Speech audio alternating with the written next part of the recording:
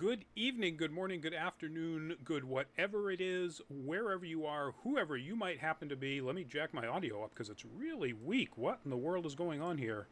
All right, well, let's lean closer to my mic here, too. Welcome once again to Nerd Week Live, the show in which we, the folks at Nerd Caliber, talk to you about nerd entertainment news that happened over the course of the past week since our previous show. And I'm Rodney Brown. I'm the editor-in-chief of Nerd Caliber, first-person shooter on Facebook as a cosplay photographer, Burley_adopter on Twitter, a couple of other places, mostly as a tech journalist.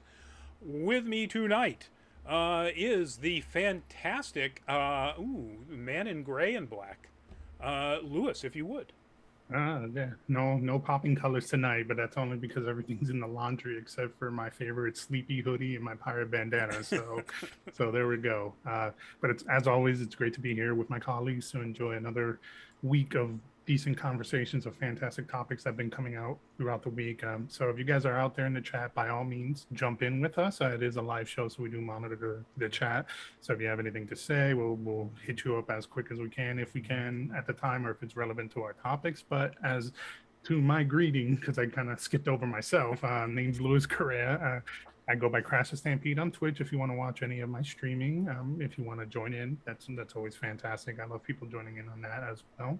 I'm a co-producer here with Nerd Caliber. I love doing the videos. I write some articles here, even though I'm behind on one article, but I'll get it. I'll get it.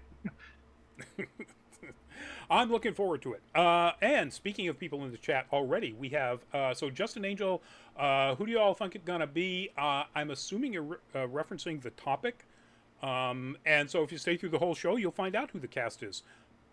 I got to tell you, it's not like any huge announcements because I don't really know any of these people, but they're all young people.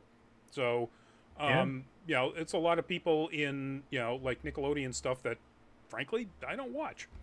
Harry Brady, welcome back to the show. Luminous, welcome back to the show. Creeper King, welcome back to the show. And time to start jumping right into our first topic. So that image up there is, of course, from the show Legion, which was on AMC. And was an amazing, amazing adaptation by the brilliant showrunner Noah Hawley, who's also really well known for the other AMC darling Fargo.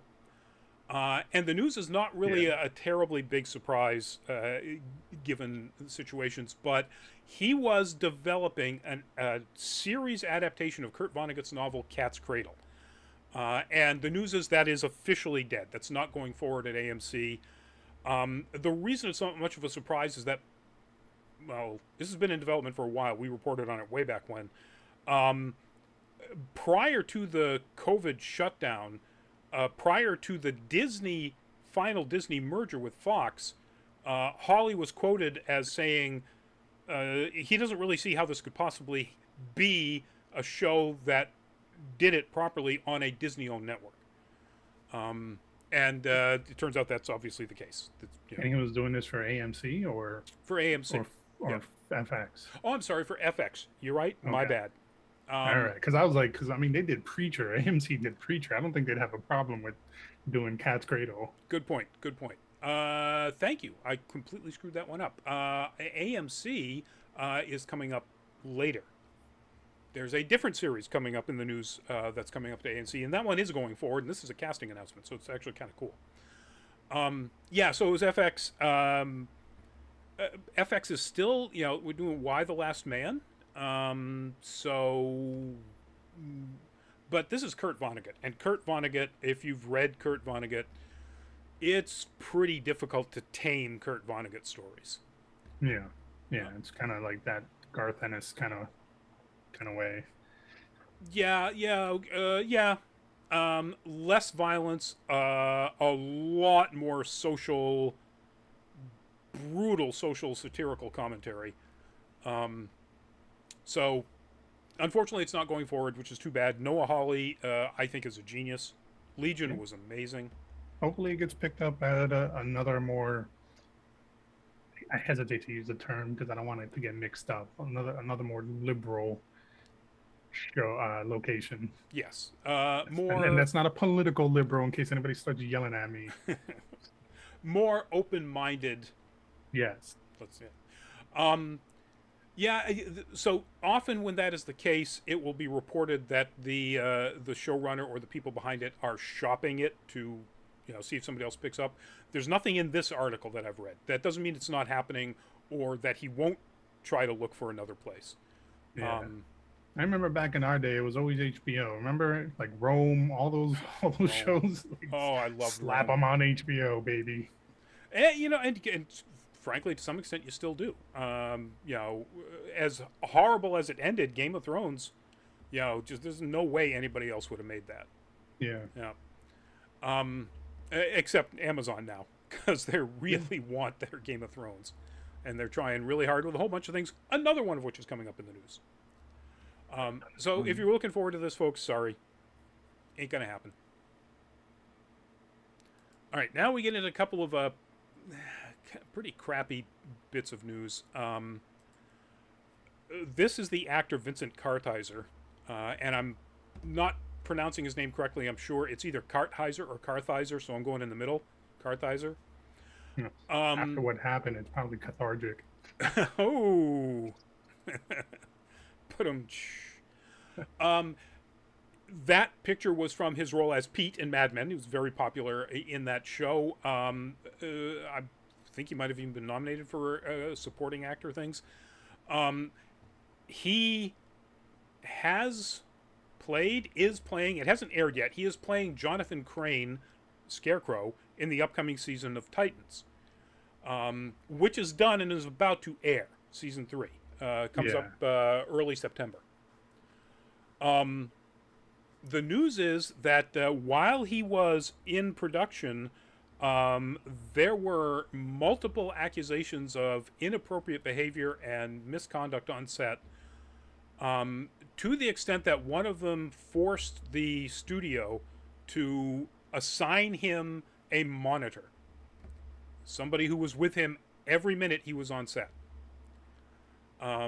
So now, supposedly the character of Scarecrow is a one season and done, and therefore he is not going into season 4, if there will be a season 4. But he also has been removed from all the promotional material.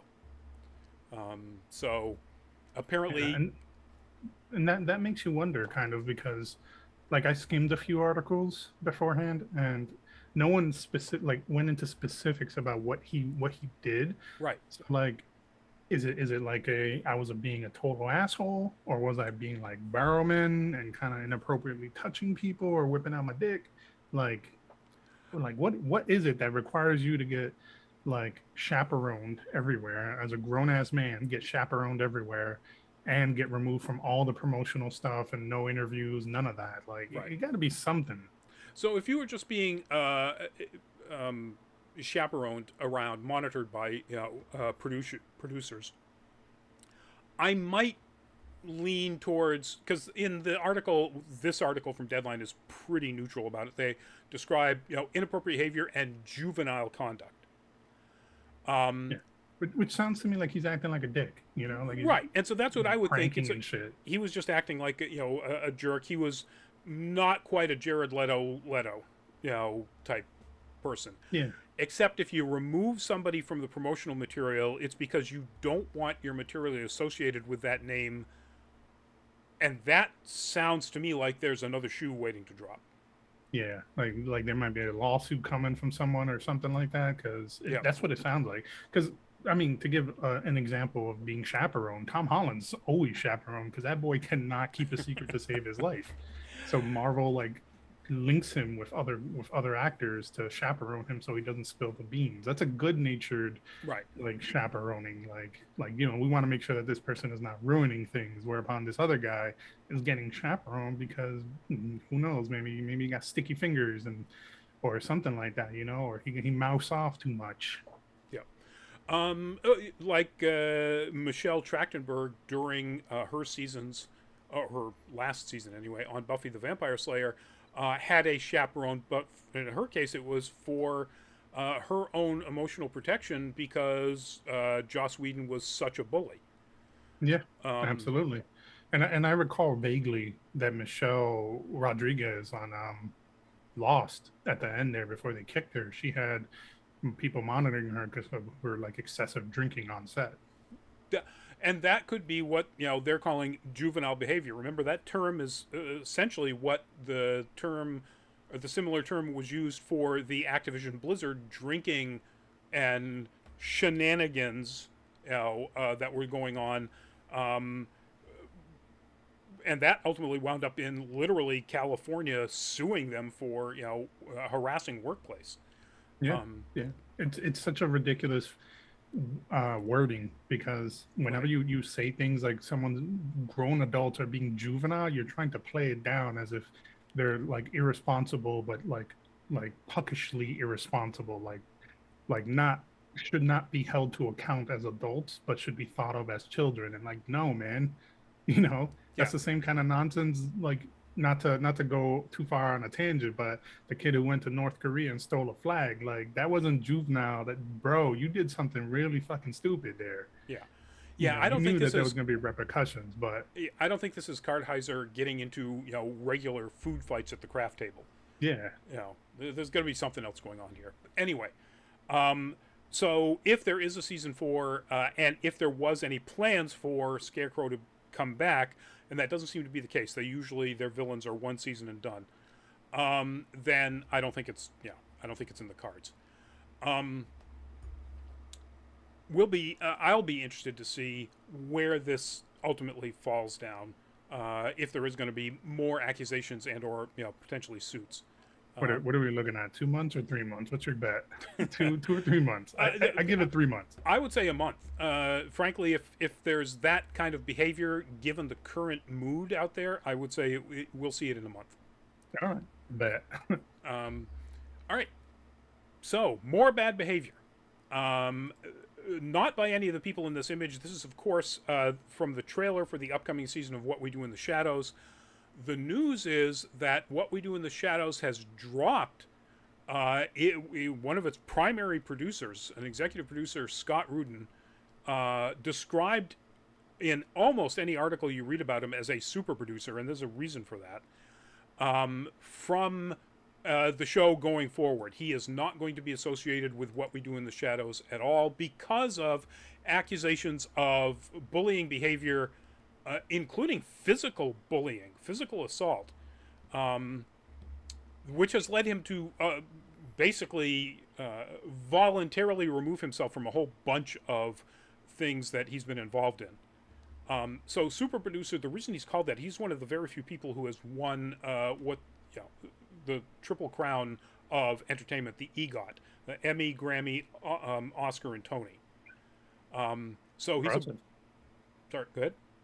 No, I just said impressive. Oh, there's no question the work that he's been associated with is insanely impressive.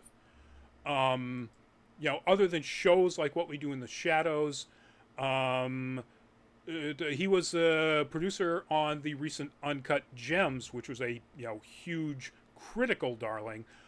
He's produced. He was a producer on every single one of Wes Anderson's films, Isle Hmm. of Dogs back. Um, he was Steve Jobs' Ex Machina, one of my absolute favorite movies. Yeah, that Um, was great. the TV series Silicon Valley, he was executive producer on that. Movies like Inside Llewyn Davis, the Coen Brothers adaptation of True Grit, Social Hmm. Network. Right. This guy has been a producer on many, many award-winning shows, and that's TV and movies. That says nothing about his Broadway work, and I would assume the Grammy must come from Broadway soundtracks or something. I don't know that he's a musician or in any way related to actually making music. What All he right. is related to is a ton of accusations about being a terrible, terrible bully. And so he's out. Done. Yeah, in this climate, you can't mess around like that. That old school scream until it gets done, just not working. Like nobody wants to work like that. Nobody wants to get abused. Yeah. Like, and that old hat mentality of like you just got to soak up the abuse, so one day you can be the abuser is kind of bullshit. And it's kind of weird that that the production company, the FX in particular, which of course we've already mentioned is a Disney property now, waited until now to make this announcement. All the accusations came out in April, and in April, Rudin said that he was, quote, stepping back from my film and streaming projects in addition to my work on Broadway. It didn't mention, and in the statement he had a list of the things that he was working on, it didn't mention What We Do in the Shadows. Why that wasn't one of the things that he immediately pulled himself away from, I don't know. Why FX maybe allowed him to finish the season that's about to air, I don't know. It's weird. Yeah, that sounds really weird. Like maybe they were just waiting, hoping that it would die down a little bit, and they wouldn't have to like voluntarily have him step aside. Yeah. And then it just didn't die down, so they had to make that choice. So this is one of the things. So apparently, he had a deal with Fox prior to the merger for first look properties.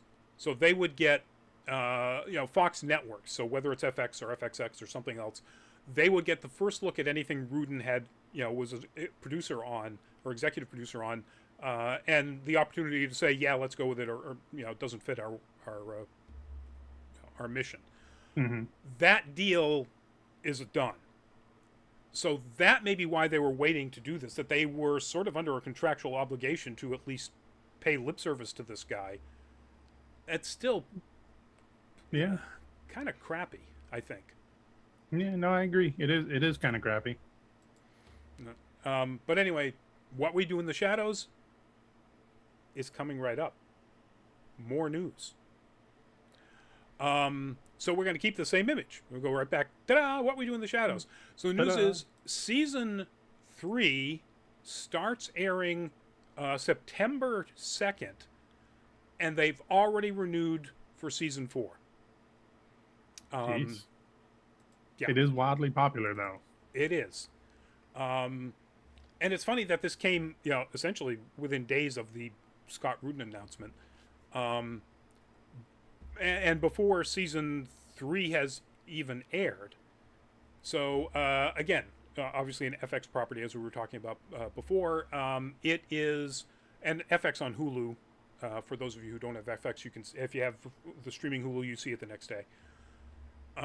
Insanely popular here in the Nerd Caliber live news team and Nerd Caliber in general.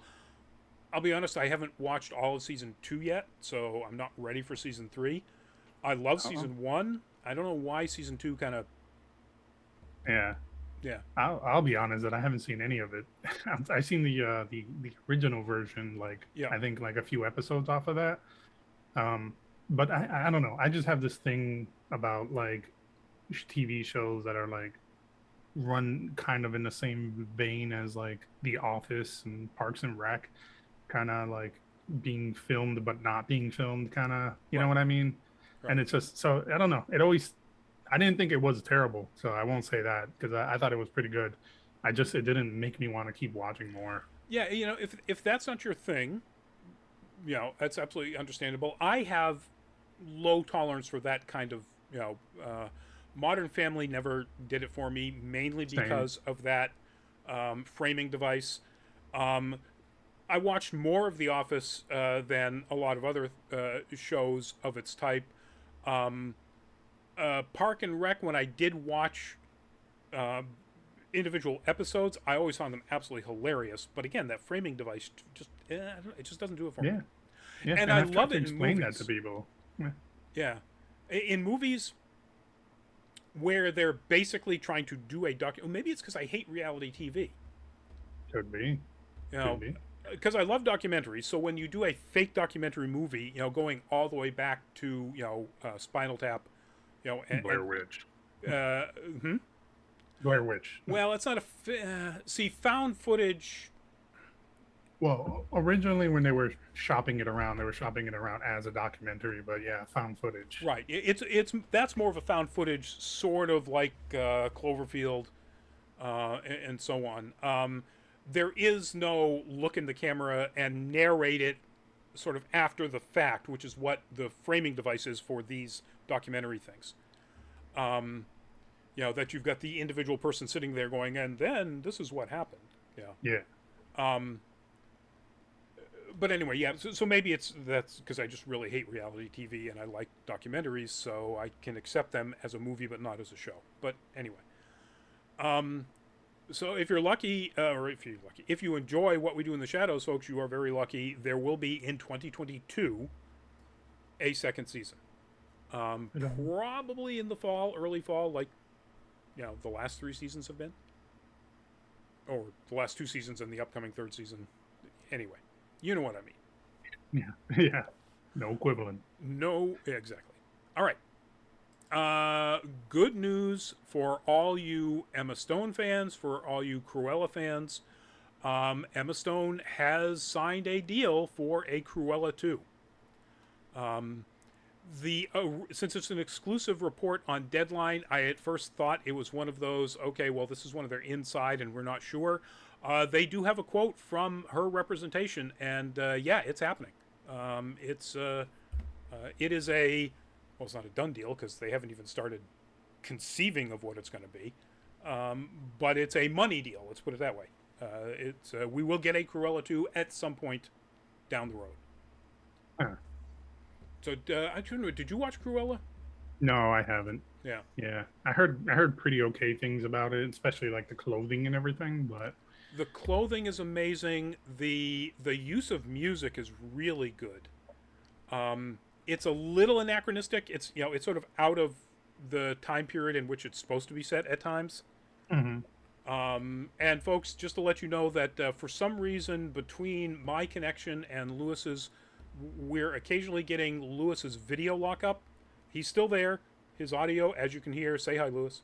Hello. So still there, and we'll still be commenting. So just make sure you jump in forcefully because I can't see your lips move to be able to shut myself off. So Okay, no problem. go ahead. I don't really see much with this, honestly. The only thing that I can really think of is there was a rumor that she was maybe going to go the ScarJo direction in terms of like suing them over like the money of the release and everything like that. But it looks like maybe that got worked out behind the scenes or something like that, if that was real to begin with. Yeah, I think a lot of those rumors about these people will be joining Scarlett Johansson in a suit are literally just that. People were thinking, oh well, this was a Disney release, so like Dwayne Johnson is going to sue, and he has said in no uncertain terms he's very happy with his deal for Jungle Cruise and is wouldn't even think about it.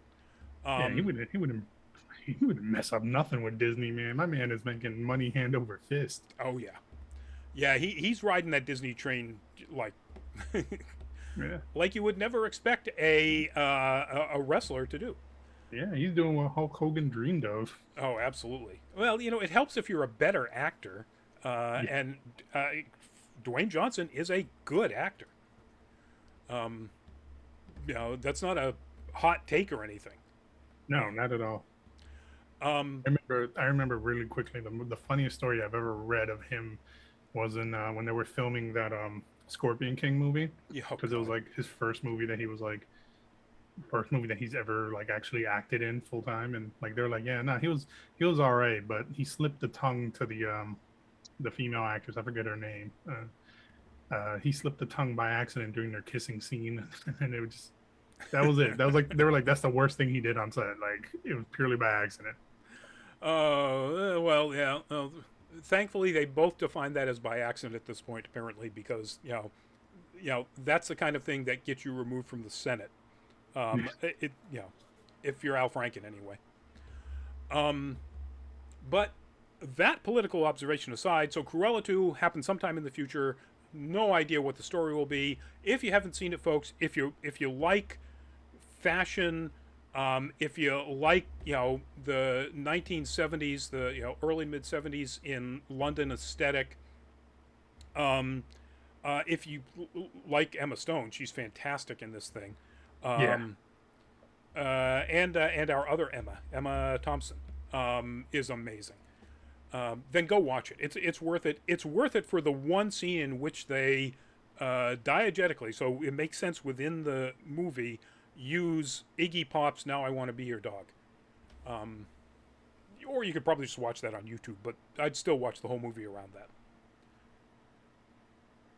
And moving on back to the small screen, or in this case, the computer screen. So we talked a couple of weeks ago, I think, or maybe it was last week, when the first image, which that is there, of the upcoming Lord of the Rings series on Amazon dropped.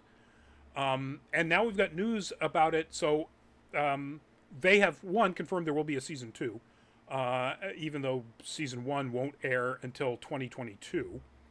So... and 2, they have decided to move all of the production out of New Zealand and back to Amazon UK, which at first I thought, I was just trying to figure out what the reasoning was there. Apparently the reasoning is there because people are really, really tired of not seeing their families. That's interesting, actually. Yeah, so when COVID... the pandemic hit and New Zealand shut everything down, and then, really shut everything down. And then the UK sort of shut everything down, but particularly international travel. There are people who have been stuck on this production and unable to get back to see their families in the UK for more than 18 months. So they decided that it just wasn't worth it to run that risk again, where, they have access to Pinewood and all these other enormous set building studios in London, and all of the environment that that Tolkien described was all based on rural England. So New Zealand just happened to be a place where you could find a lot of really wide open spaces that looked kind of like not prehistoric, but Paleolithic England. And you could then and then the tax breaks weren't that bad either. Tax breaks were juicy. Go to Lindsay Ellis's YouTube channel, do a search for her 4-part series on the making of I think it was The Hobbit, and the first 3 are literally about the 3 movies. The 4th is she discovered what Warner Brothers did, because in the right at the beginning of the making, Warner Brothers bought Legendary or whoever it was that started these. What Warner Brothers did to get just absolutely draconian laws passed to save them some money, stop a protest, union protest from happening, or potential unionizing from happening among New Zealand-based production people. It's amazing and horrible. Go watch it. Yeah, no, I believe it, man. You can tell me any company in the world is doing a bad thing, and you don't even got to prove it to me because I'll believe it. Yep. And I lamented earlier today on Facebook that, and now Warner Brothers is going to be owned by Discovery, the morons who make Ancient Aliens and, what used to be called The Learning Channel and is now just TLC. What? Come on. There's no history involved in how, like, any like prehistoric or ancient civilization that wasn't European everything they made was by aliens. Yeah. Come on, Roddy, you don't believe that? Come on. I don't, oddly enough. And you shouldn't either. All right, now we're moving on to a bunch of casting news. And we're going to start right off with, that is Lestat. The vampire about the vampire, that's the title of Interview with the Vampire. Sam Reed, an actor that's not terribly well known here in the U.S., but when I did some searches for photos of him in his work, he does a lot of period pieces. That's not made up to be Lestat or they haven't even started production of this. They literally just cast one of their leads. That is from a series he did with Loki's Gugu and Mbatha-Raw, called, I can't remember the name of it. Sorry about that, folks. But it's a British, I think, or Australian series set in the what we would call the colonial period, and it's yeah, almost all of his photos are something like that. There's one where he's all the way back in like 15th century knight, with armor and the frilled collar, and I Hmm. think that might have been from that Timothy Chalamet version of the story of Henry V, because it looks really familiar, but I couldn't find the information about where that photo came from. But yeah, so that is your Lestat, folks, in the upcoming series. And here's where I screwed up, and this is going to be on AMC. Well, here's one of the places I screwed up.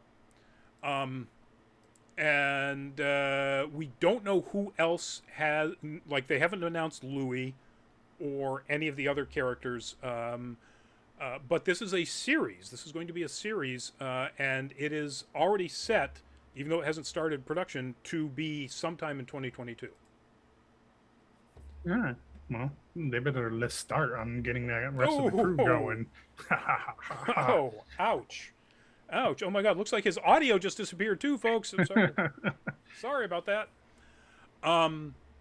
Yeah, they really, obviously they're going to, announce casts of the rest of these people really soon, and lay out the whole structure of the series. So Roland Jones, who's the co-creator and showrunner for the first season of the HBO Perry Mason, which was last year, is the creator of this as a series, the writer and the showrunner. Apparently, AMC bought the rights to 18 of Anne Rice's books. Damn. Yeah, and there's definitely not 18 in the Lestat series. There's a lot. I think it's like 7 or 8. So Ghostwrite a bunch more then. exactly. But yeah, so well, I don't know, 7 or 8 books. That's a lot of seasons, man. You can mine a ton of that. Maybe the way they chop up books though nowadays, like they get through books way faster than normal. Look how fast they got through like Game of Thrones and other shows like that. Like they leapfrog through chapters. So Well, that's true, but they better get more content. This stat. again, I'm gonna keep at it. I'm gonna keep at it till it sticks. well, in that case, we're moving on because we don't want any more of those. But keeping in the sort of fantasy, not quite vampire-y fantasy, but this is the latest round of castings for the upcoming Witcher Blood Origins series on Netflix. So bottom center, British comedian and actor Lenny Henry, and then going clockwise, the brunette Mirren Mack. Top is, oh, I'm sorry, jumping all the way over to the other side in the leather jacket, Nathaniel Curtis, and then at the top is Dylan Moran. And these are the character names. So this is all based on when the first Witcher was created, and so it's set in the time when the elves are the only residents of the world before the conjunction of the spheres brings humans and all of the monsters and everything to this world. And so then the conjunction of the spheres happen, and apparently they decide they need something like these Witchers to defeat them. The characters are where's that breakdown? Here we go. Henry is playing a character named Baelor. Lenny Henry is Baelor. Mirren Mack plays a character named Merwin. Nathaniel Curtis plays a character named, it looks like Brian. So it's Brian, but with a diacritical mark over the I, so I'm assuming it's Brian. And I'm not making this up. Dylan Moran is playing a character called Uthrock One Nut. All right. I'm looking forward to that. I've been looking forward to the series anyway because I really want to know more about the world prior to The Witcher, more about the elves world and so on. We know that in the books and the games and now the series, the elves are at this point a second-class citizenry. They are discriminated against horribly. It was their world, and they don't have it anymore, basically. Mhm. Who can relate to that? Yeah, exactly. Mr. Krakowian, welcome back to the show. Is this live action or is it animated? This is live action. Okay, So that's pretty cool. the Netflix. Oh gosh, what is the name of the one that the Netflix anime that's going to premiere at the end of the month that is about Vesemir? A Nightmare of the Wolf. That's animated. All right. And is Michelle? I thought I read something about Michelle Yao. Is she a part of the Yes. Blood Origins? Yeah, that's what I So thought. Right. these are not the main leads, the main characters. Okay. The main characters are Lawrence O'Furin, who was in Vikings, Sophia Brown, who was in the series Marcella, and Michelle Yeoh from, well, everything awesome. Yeah, literally anything she touches is gold. Yeah. And this will be a 6-part series, which, again, it's Netflix, so who knows, but my guess is 2022 at the very earliest. Bet. Looking forward to it. Geez, wow. Okay. They also, I'm just going to throw these names out here because I don't really know for sure any of these people, but they announced, and for some reason didn't put photos up of these people in the news. Jacob Collins Levi as Aridin. Isn't Aridin one of the legendary characters that's mentioned a lot in the games anyway? Anyway, Lizzie Annis as somebody named Zakare, Hugh Novelli as Callan Brother Death, Francesca Mills as somebody named Meldoff, Amy Murray as somebody named Fenric, and Zach Wyatt as somebody named Syndril. So, All right. hey, your Sounds video's solid. back. Woo. Ta-da. I'm looking for. I mean, we're getting flooded with Witcher stuff, and it'll be interesting to see whether or not if this sort of burns things out within a year and a half or so. Maybe.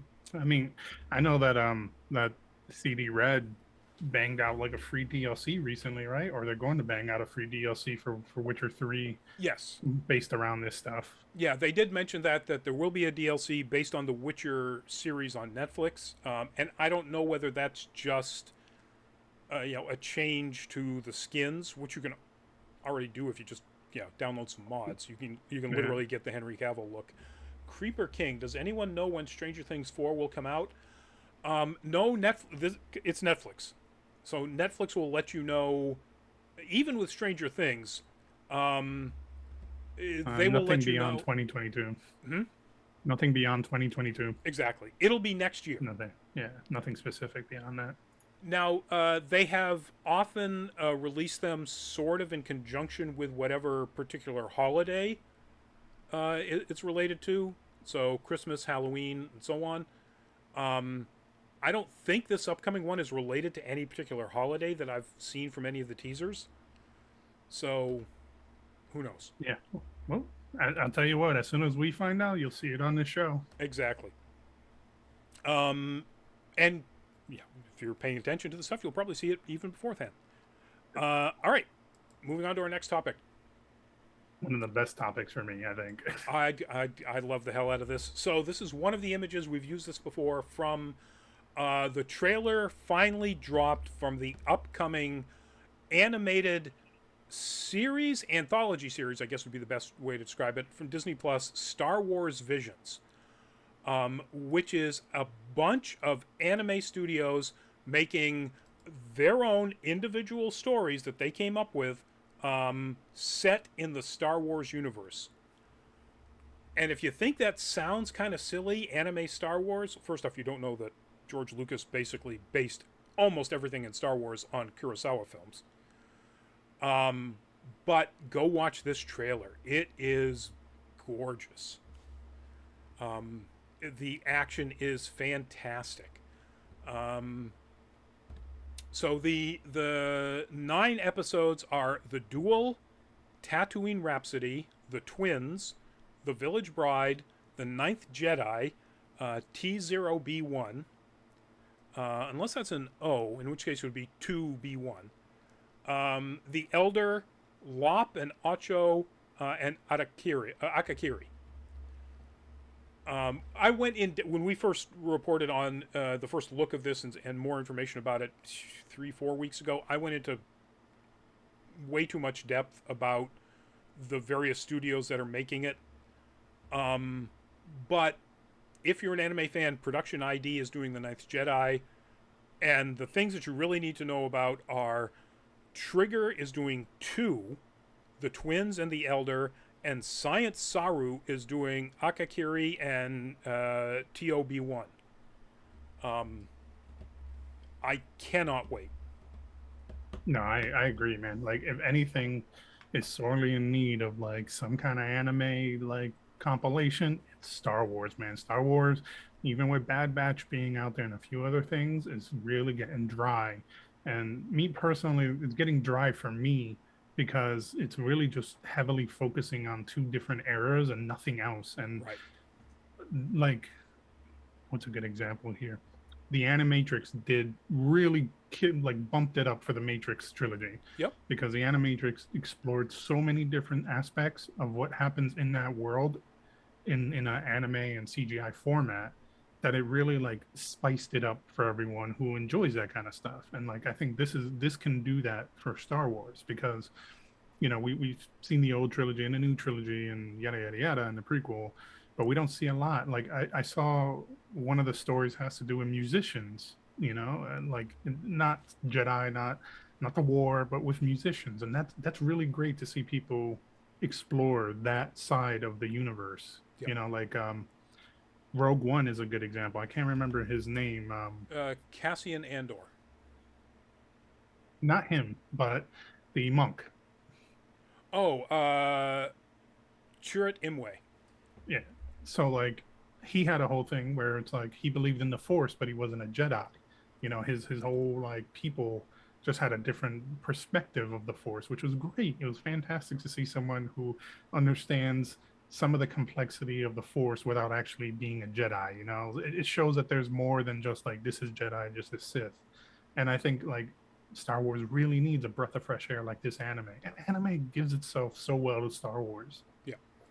Yeah, because when you think about it, Star Wars is essentially a super high fantasy or high science fantasy space wizard battle story. As awesome as all of the special effects, going back to the practical from the original series to the the mostly digital stuff, in the stuff that worked in the last series, just imagine what somebody like Studio Trigger could do. As they call it in the anime world, the Sakuga, which literally just means animation, but it's where they spend the budget for doing crazy animation. Usually that's in the fights in anime. And these series are going to be Sakuga from start to finish.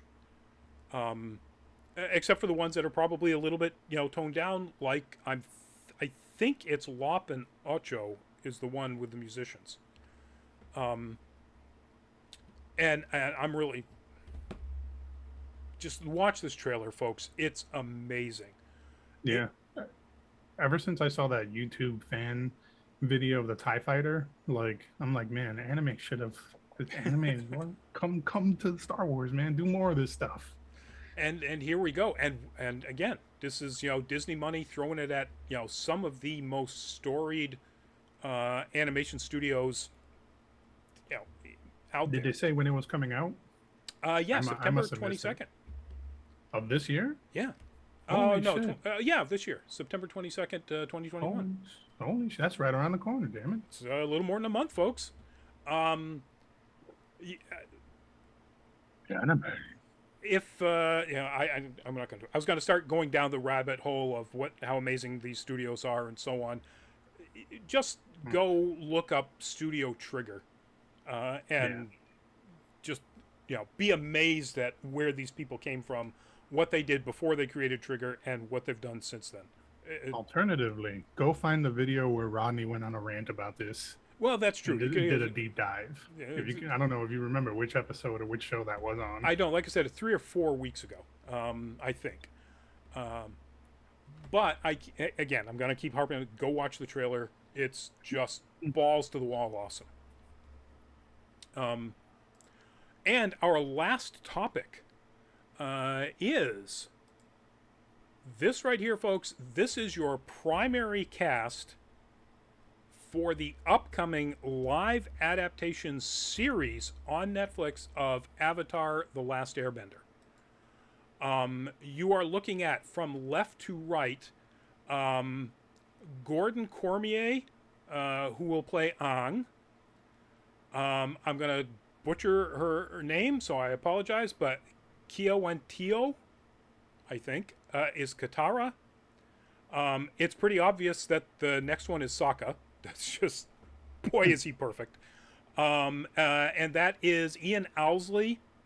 And the last one is Dallas Liu, and he is, of course, going to be playing Zuko.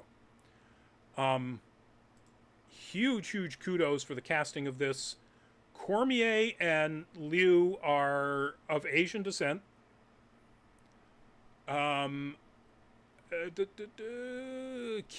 Kiawantio and Owsley are both of indigenous North American descent. And they're all pretty experienced actors, which, kudos to Netflix or the production company behind this for going out and finding these people, but also, in general, kudos to the Hollywood system for having people with these backgrounds available and having the depth of the work that they have. The Cormier who's playing Aang was in Lost in Space. What character did he play in Lost in Space? Yeah, that's what I'm thinking. Yeah, he was in something that's currently running an anime called animated series Gabby Duran and the Incitables. He was in The Stand. Again, I'm not really sure. I don't think he was the mute kid. That kid was older. Liu was in the Hulu series Pen 15. Write it out, folks. You'll get the joke. And then a whole bunch of other stuff, some Nickelodeon stuff. CBS's CSI Cyber appeared in Bones. Will be in Shang-Chi and the Legend of the Ten Rings. Kiawantio is in Rutherford Falls, which is the new Ed Helms series, comedy series on Peacock. Will be doing, or has done, a voice, they won't say what, for one of the What If episodes for Marvel. Nice. Yeah. And Owsley was in 13 Reasons Why and a bunch of other stuff.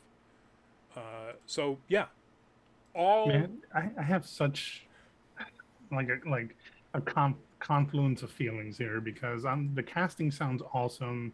Kudos to them for diversity ticks, but also all the other crap about how the creators of the show, the original show, departed, and I've been seeing some things about it's gonna be like a high school kind of thing, and some weird stuff coming out about what they're reimagining it as.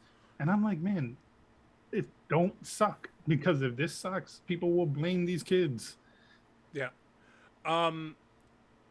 So according to all of the character descriptions that are in here, which I'm not sure if Deadline just wrote these based on what they know, but Netflix calls this an authentic adaptation. And two, all the character descriptions in here are the character descriptions and the world that they're in from the series.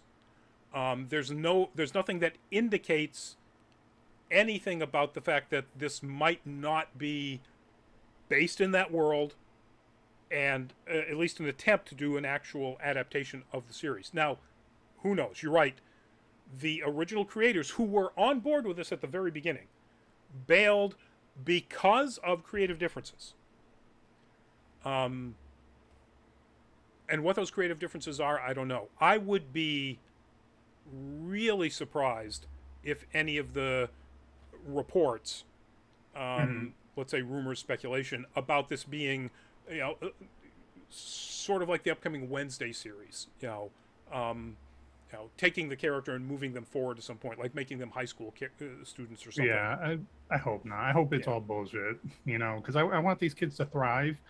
And I'm not against like live action adaptations. Man, I watched the literally today. I watched that Rurouni Kenshin on Netflix, yeah. and I was like, "Yo, this is fire, man! This is so good when you treat the source material with respect. This is so good." And like, I can see more of this happening. I don't know which one you watch, and I know Byron is like up on all of these things. Byron's not with us tonight, unfortunately, folks. Byron is up on all of these things, and he says some of them are amazing, some of them not so much. I Uh, watched the beginning. That's what it was called, the Rurouni Kenshin, the beginning. Yeah, that's one of the ones that he says is just absolutely outstanding. Like Yeah, he has posted that as an example of how you can in fact do live action adaptations of anime and do it right. there you go. And Byron and I agreeing. It could happen. It could happen. Luminous, my friends tell me the original show is one of the best TV shows ever. Do you all feel the same way? So for me, I think the original Avatar: The Last Airbender cartoon is one of the best cartoons ever made. I agree. One of the best shows, yeah, but I don't know. It's hard to say. It is so much deeper, and uh, like Japanese anime, it treats its intended audience, which is of course a tween and young or teen audience, with intelligence. It does not pander or play down to them at all, um, which is really shocking for any American cartoon product.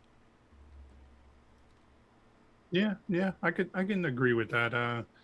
Maybe like the '90s X-Men really didn't pander down to kids, but Yeah, otherwise, there's a little yeah. too But much no, cheese there for me, but yeah, well, it was like a soap opera, but it didn't pander. yeah, Um, but no, I agree to Rodney's point because like it might just be like the phrasing luminous, but like TV show is very broad because I could just mean just about anything on TV right, that might be serialized or not. Whereupon like a cartoon, like I would say arguably that the original Avatar: The Last Airbender was one of the best cartoons out there, like Rodney says. yep, yep, I won't say best TV show because I mean I love Black Sails and I'm not gonna think it's better than Black Sails. They're not even the same category or genre or anything to make that a comparable statement. right, It's like people who are like, you know, I hate Halo because I like Call of Duty. Like they both have guns and that's about it. yep. So but yeah, no, Avatar: The Last End. I'm one of those people that watched it years after people were losing their shit over it. Like it's just a habit of mine. I just end up catching this stuff when I'm in a mood for it. And I sat through the whole thing. I binged the whole thing in one go, and I was like, man, this is so good. This is well thought out. Characters are developed in a natural way. There's just a whole lot. I would definitely recommend watching it. I haven't seen Legend of Korra, so I can't make a comparison of A and B in that regard, though. Yeah. Legend in my mind, Legend of Korra is a good series. It's not as good as Avatar: The Last Airbender. Um, uh, Avatar has smart comedy that is aimed at teens and tweens. It has fantastic dramatic moments. There are moments in if you don't cry, you ain't human. Um, it has some of the most wonderfully blunt takes on a blind character. Toph is amazing, and everything about Toph's interaction with everybody else is just perfect. Um, Absolutely.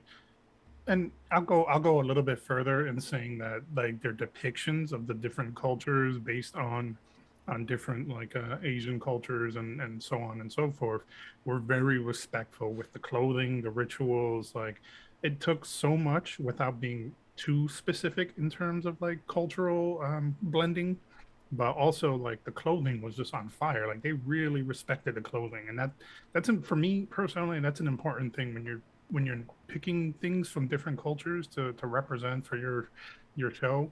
If you're gonna pick and choose like different things, show those things respect. Show Yep. them in a way that it's not bastardized. Yeah.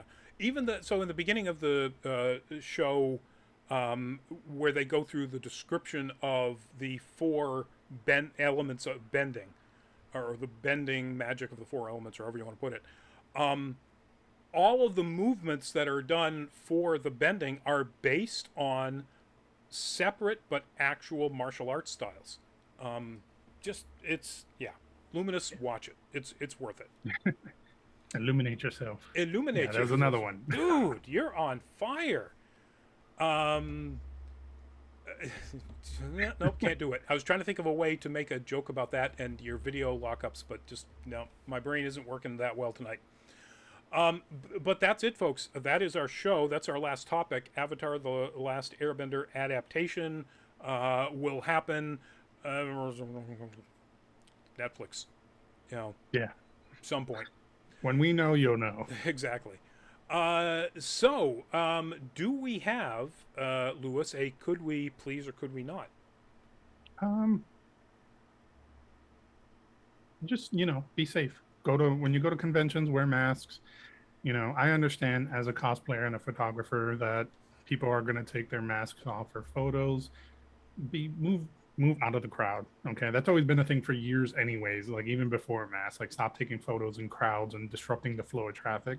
Even more so now. Move out of crowds. Find a nice little place. Move to a corner away from the traffic, if only to just not be touched and people coughing and spitting around there. Because I have learned working my retail job, because we have little visors in front of our registers, I have to wash that effing almost I have to wash that freaking visor thing 6 7 times a shift because people spit so goddamn much on it. And it's not their Jeez. fault. They're not like going in there and like spitting. It's just they talk and Yep. it comes out. Sometimes you can see people just spitting it out, and it splats against this thing, man. And that's just people standing in front of me to cash out for brake pads. Like, come on, Yep. wear a mask, man, Yep. or stay far enough away. If you're really dead set about not mask, stay far enough away because I don't want you in my face. Yeah. Yeah. You can't do retail maintaining 6 feet distance. So wear the mask, folks. That gives me an opportunity to do a promo. I completely forgot about this. Thank you, Lewis. Talking about upcoming cons, our first set of galleries from an actual con in 18 months will be coming up in the next couple of days from MegaCon. I'm not sure who gets to get their stuff to me first, but Cantera Image, local boy, moved to Florida, doing really good down there. Back He in the looks like me but smaller. kind of back in the con game for us, and of course Wonder Llama photography. Greg, regular on all of our shows here, it also was down there doing our sort of official stuff that we do with Fan Expo, so he'll have galleries as well. And the reason that this promo came up in my mind was because looking at those photos, there are an awful lot of people wearing masks, some of them coordinated with their costumes. Really cool. And when they're not, they are generally quite, they're away. Go to Instagram and do the hashtag MegaCon 2021 and see what the photo booth, the differences in the way the celebrities do things. There are celebrity photo booths with a clear plastic wall that you can just see in line between the celebrity and the people that are having their photos taken with them. There are some who didn't use that. Ron Perlman, for all of his... Ron Perlman is a get vaccinated, wear a mask liberal bastion on Twitter. So weird. Yeah. Is like hugging people. There are celebrity tables with like Lewis's register thing in front of them. people slide through this thing to be signed. They sign it and they slide it back. There are others where the celebrity just comes right around the table and gets the photo arm around them, just like a regular con. So, but the cosplayers, generally observe mask conditions unless they step out of the way. I believe you had to have a mask. Well, actually, that's not true. I'm not sure if that's the case because I think DeSantis has tried to make it so that you cannot impose a mask mandate. Yeah. Or Death Santis, as somebody called him, which I think is wonderful. In my friend group, in my friend chat group, one of my friends shared an article today about it being mandated that you have to wear masks now. But yeah, I could be wrong. Yeah, or I could be thinking of a different state, to be honest. So and upcoming cons are, if they're not in Florida, a lot of them are requiring that. So yes, folks, I agree with Lewis. Stay safe, wear a mask, and get vaccinated. And I'll leave that because we kind of both went on about that, so I'll leave that as our dual. Could we please, could we not? As always, folks, if you get a chance, please do go visit our Patreon page, patreon.com/nerdcaliber. We just have a couple of tiers. They're both pretty low dollar. It's there so we can do more things like get to MegaCon and other cons now that cons are maybe coming back. Delta variant, just go burn somewhere, please. Stop. And all of you idiot governors who are trying to keep people from being safe, Greg Abbott, who got COVID, please stop doing that. We don't want our friends in cons to get sick or die. yes. But yeah, patreon.com/nerdcaliber. Go check it out and help us get to more cons by supporting us with just a couple of dollars a month if you are interested in doing that. We will be talking about the Bad Batch, speaking of Star Wars, in our Full Fat Spoiler Chat coming up 2 days on Thursday. Next Monday is Anime Octane. We haven't picked a topic yet, I don't think, so I'm going to have to get right on that. And Nerd Week Live next Tuesday. So, this is wonderful, Lewis. Your video froze up right when you were blinking, so it looks like you're asleep. Yeah. So it's so casual for me. This show is so casual for me that I can do it with my eyes shut. It is. It's amazing how we can do this, folks. Give us a goodbye, Lewis, even though they can't see you doing it. Well, I am here. I'm not asleep, but we can pretend I am. So it was fantastic to see you guys in the chat tonight. And by all means, join in on all our other shows and chime in on those chats as well. We'd love to hear from you. My name is Louis Correa, also known as Crash the Stampede. If you look me up on Instagram, it's Crash Override, even though people keep trying to steal my Instagram, but it's a cool name. But once again, have a great night, guys. All right, and for me, Rodney Brown, also have a great night. Stay safe. We'll see you at an upcoming show. Good night, all. Thank